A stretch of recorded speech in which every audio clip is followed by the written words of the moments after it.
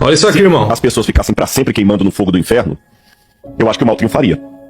Porque o mal vai ser perpétuo. Imagina a conta. Você tá entendendo? Eu já teria dificuldade de imaginar um Deus assim, tendo prazer, ou mesmo nós, assim, você tá lá no céu sabendo que a pessoa tá queimando lá. Eu tenho dificuldade com isso. As passagens da Bíblia que falam do inferno, elas falam como algo de consequência eterna. Não necessariamente de estado eterno. Por exemplo, no livro de Judas, fala que as cidades de Sodoma e Gomorra foram queimadas para modelo do que é o inferno. E a cidade de Sodoma e Gomorra não está sendo queimada até hoje? Estás, por exemplo, sofrendo a pena do fogo eterno. Este fogo não é passageiro.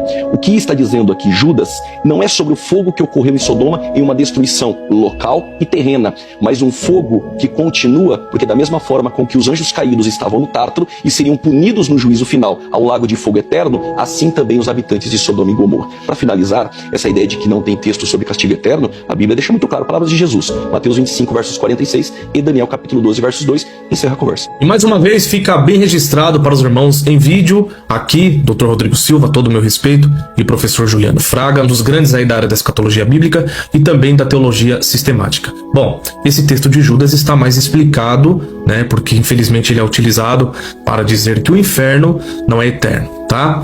O texto que é usado fora do seu contexto, mais uma vez para justificar algo que não tem absolutamente nada a ver. Esses dias eu vi um vídeo onde um rapaz fez e falou a respeito do acontecimento do rico e do Lázaro, né? Ele disse da seguinte maneira: mas você disse que é literal, porque dentro do acontecimento aparecem nomes. E aí ele vai citar e vai dizer que o rico não aparece com o nome dentro do texto. Isso não tem nada a ver.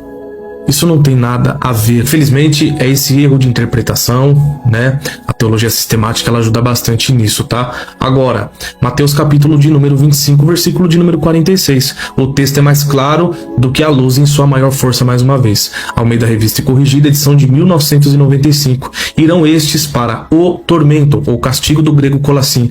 É a mesma finalidade. Palavras do próprio Jesus. Dizer que não tem tormento eterno dentro da escritura é um murro nos textos. Ou vocês escreveram uma Bíblia só para vocês. Só se for dessa maneira. Porque alegar que dentro da escritura não existe nada sobre o inferno eterno, sobre tormento eterno, isso é heresia, irmão. Heresia, tá? Tanto o castigo do grego kolassin, tanto o tormento, na Almeida Revista e Corrigida, são palavras que têm a mesma finalidade. Jesus disse: irão estes para o tormento eterno. Versão King James 1611, uma das publicações mais antigas que tem. Irão estes para o castigo eterno. Tanto o castigo como tormento, a punição é a mesma, só muda o nome. Mas existe uma dificuldade de entender, né, interpretar esses textos. Por isso que eu trago esses vídeos para poder ajudar os irmãos a entender. Dizer que o inferno não é eterno, irmãos, dizer que a condenação não é eterna e partir para esse lado da teologia sentimentalista, porque Deus lá no céu, com seus santos, vai ficar vendo as pessoas sofrerem. Nós não vamos ver ninguém sofrer lá. Primeiro, nós vamos deixar obras de feno, palha e madeira aqui. Não terá memórias corruptíveis e passadas no céu, não, senhor. O nosso corpo será glorificado, nós seremos transformados, tá? Seremos transformados, estaremos em uma dimensão totalmente espiritual. Não levaremos obras de feno, palha e madeira. Não, senhor, não existe isso. Não teremos lembranças corruptíveis, principalmente de pessoas que foram para o inferno.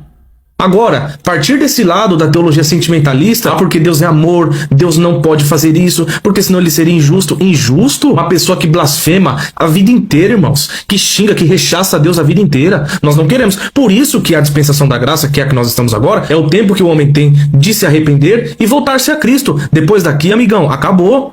Acabou.